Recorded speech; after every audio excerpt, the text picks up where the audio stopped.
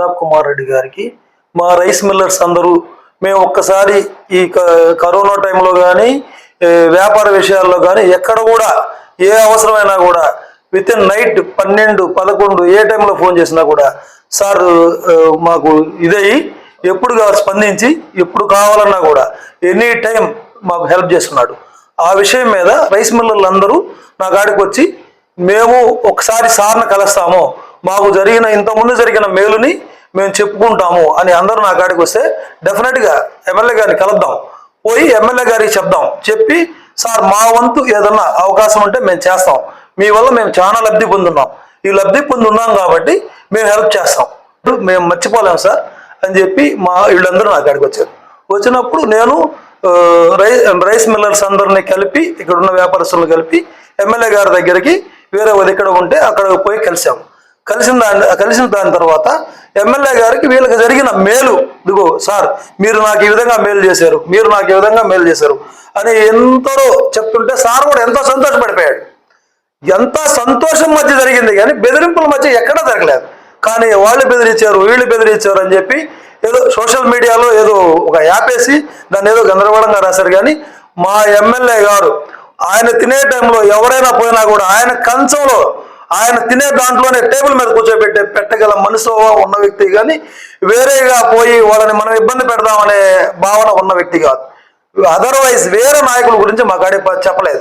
మాకేం చెప్పాడంటే మీ వ్యాపారస్తులు ఎనీ టైం ఎక్కడైనా సరే ఏ ఇబ్బంది అయినా నా కాడికి రండి, నేను చూసుకుంటాను, మీకు నేనున్నాను, మీ వెంట నేను చేస్తాను, నాకు మీరు సహాయపడండి, నేను చేస్తాను, మీకు హెల్ప్ ఏం కావాలో చేస్తానని చెప్పాడు.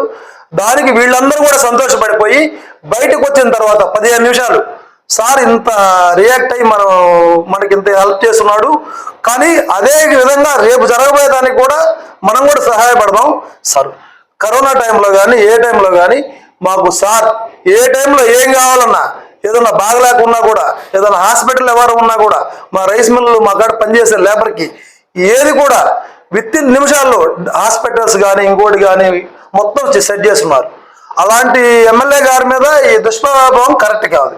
ఇదంతా కావాలని ఈ సోషల్ మీడియా వాళ్ళు పడనోళ్ళు చేసే పని. కానీ మా రైస్ మిల్లర్లకి ఎమ్మెల్యే గారు అంటే ఎంతో అభిమానం అంటే అతని కాడ లబ్ధి పొందున్నాం కాబట్టి అభిమానం చూపించడానికి పోయాం తప్ప వేరే ఉద్దేశంతో పార్టీ పరంగా కూడా వీళ్ళంతా రాలేదు.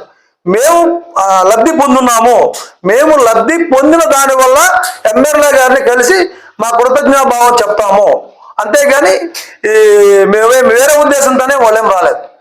అందువల్ల ఏంటంటే ఎమ్మెల్యే గారిని మేము కలవటానికి పోయింది పార్టీ పరంగా కూడా వీళ్ళెవరు రాలేదు. జస్ట్ ఆయన చేసిన మేలుని మరిచిపోలేక వీళ్ళందరూ పోయేసి అన్న ఒకసారి కలుద్దామన్నా, ఎలక్షన్స్ వస్తున్నాయి కదా, ఏదైనా సార్తో మాట్లాడొద్దాము, రేపు ఏదైనా మాకు ఏదైనా కావాలన్నా కూడా సీఎంఆర్లో కానీ ఇంకోటి కానీ ఆఫీసర్స్ పరంగా కానీ ఏ పరంగా కావాలన్నా కూడా మనకు అండదండలుగా ఉంటాడు అని చెప్పి మనం హెల్ప్ చేస్తామనే ఉద్దేశంతో సార్ని కలిసేవో తప్ప అక్కడ అదర్వైజ్ వేరే వాళ్ళ గురించి ఎక్కడ ఏం డిస్కషన్ జరగలేదు.